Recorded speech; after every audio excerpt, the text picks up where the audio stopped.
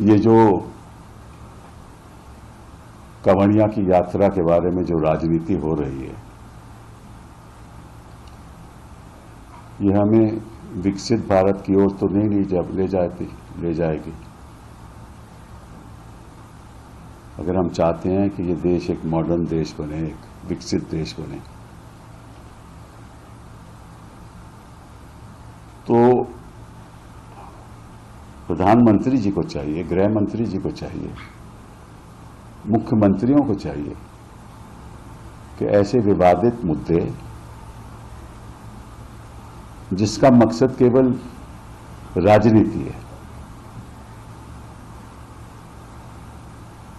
नहीं उठाएं। ये टकराव की राजनीति, विवाद की राजनीति, जिससे कोई आम आदमी का लेना देना नहीं है,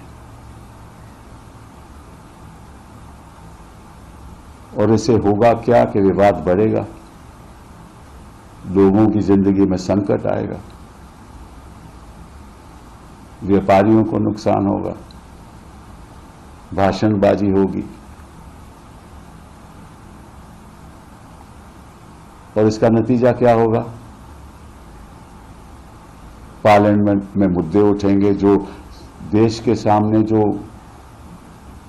चुनौती है, आर्थिक चुनौती है, राजनीतिक चुनौती है, जो हमें मिलकर काम करना चाहिए पार्लियामेंट में,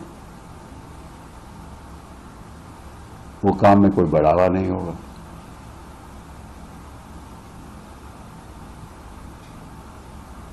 तो मुझे ये समझ नहीं आता कि हमारे जो देश में उच्च स्तर पे लोग जो बैठे हुए हैं, वो इस बारे में क्यों नहीं सोचते? क्योंकि अब 3 चुनाव आने वाले हैं और इनको लगता है कि कुछ ना कुछ ऐसा करना पड़ेगा जिससे ऐसे इस किस्म के विवाद उठें और तनाव हो और किसी एक दल को राजनीतिक फायदा हो और किसी को नुकसान हो। और नुकसान तो किसी का होता नहीं है, नुकसान तो जनता का होता है, वो भी गरीब आदमी का होता है। जो 2 पैसे कमाना चाहता है वो भी नहीं कमा पाएगा।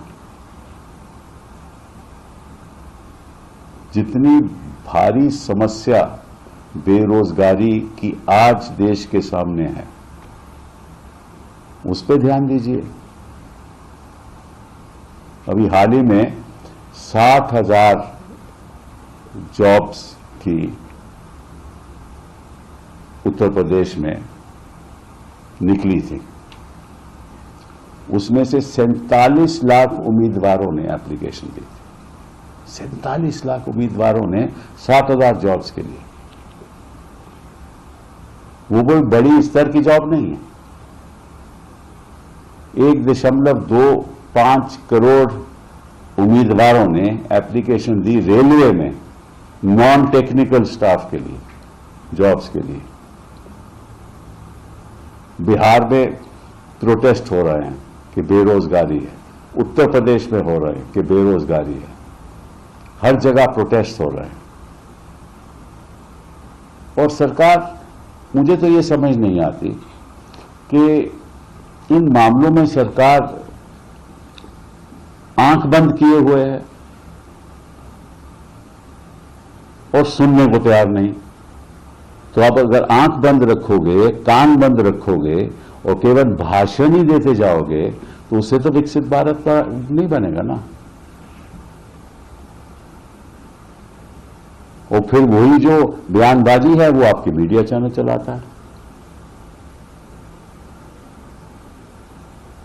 वो भी नजरअंदाज कर देता है जो देश के सामने जो मुद्दे बैठे हुए हैं।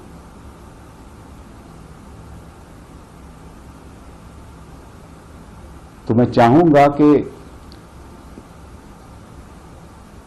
खास तौर पे मुख्यमंत्री उत्तराखंड के और उत्तर प्रदेश के, कि जो उन्होंने जारी किया है ना डायरेक्टिव,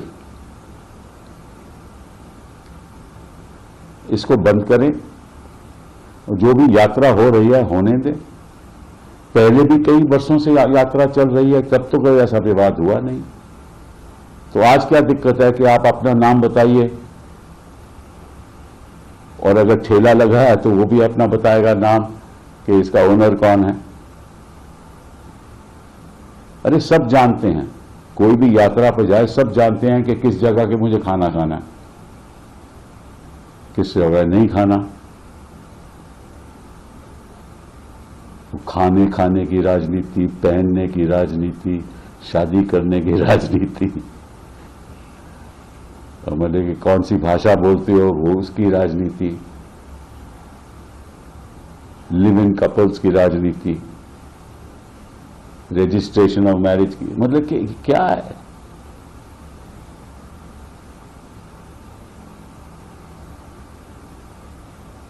और ये सरकार तो इसलिए बची हुई है कि रिजर्व बैंक ऑफ इंडिया ने इनको डिविडेंड के द्वारा लाखों करोड़ रुपए दिए हैं, 3.24 लाख करोड़।